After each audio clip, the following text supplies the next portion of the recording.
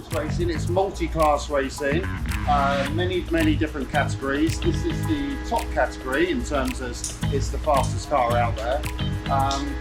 It's quite a small track, Sebring, but we've got like 60 cars here, or 55 cars, so all different types of speed. Like the GTs are 15 seconds or 10 seconds a lap slower, so we're constantly we're constantly in traffic. It's like rush hour around Miami sometimes. It's incredible. But this is our class, GTP, Grand Touring Prototype. That's what the name suggests. So it's based on a GT car, but it's not something you would obviously drive on the road. So it's a prototype.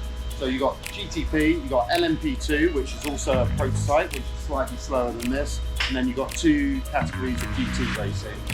They're the slowest, but it doesn't mean they're slower drivers. It's just the cars are slightly slower. A different type of car altogether, more based on the road car stuff. But this is the all-new GTP class. It's very exciting. It's only a year old. A lot of technology. Obviously, it's hybrid, which we spoke about earlier. Pulling away on the electric motor.